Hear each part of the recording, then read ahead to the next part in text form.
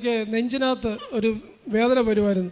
ഈ വേദന ഉണ്ടാകുന്ന സമയത്ത് ഞാൻ അമ്മയോട് പ്രാർത്ഥിച്ചു. രാത്രിയുടെ യാമങ്ങളിലൊക്കെ എഴുന്നേറ്റ് പ്രത്യക്ഷീകരണ പ്രാർത്ഥന ഇങ്ങനെ തുടരാൻ, എനിക്ക് ഈ വേദന വരുന്നതനുസരിച്ച് ഞാൻ ഈ രാത്രിയിൽ എഴുന്നേറ്റ് പ്രത്യക്ഷീകരണ പ്രാർത്ഥന അങ്ങ് ചൊല്ലുക. അപ്പം എക്കോ എടുത്തു, TMT എടുത്തു, അതൊക്കെ നോർമലാണ്, കുഴപ്പമൊന്നുമില്ല, എൻ്റെ വേദന വിട്ടുമാറുന്നില്ല. അമ്മയോട് ഞാൻ പറഞ്ഞു, അമ്മയുടെ ഒരു ഭക്തനാണ്, അമ്മ എൻ്റെ ഈ രോഗബന്ധനത്തെ മാറ്റിത്തരണമെന്ന് പറഞ്ഞു.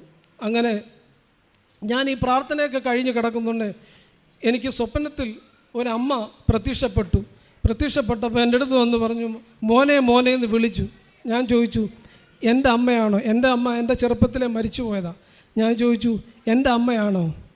ആ, നിൻ്റെ അമ്മയുടെ ഫോട്ടോല്ല, നിന്നെ സൗഖ്യമാക്കാൻ വന്ന അമ്മയാണ്.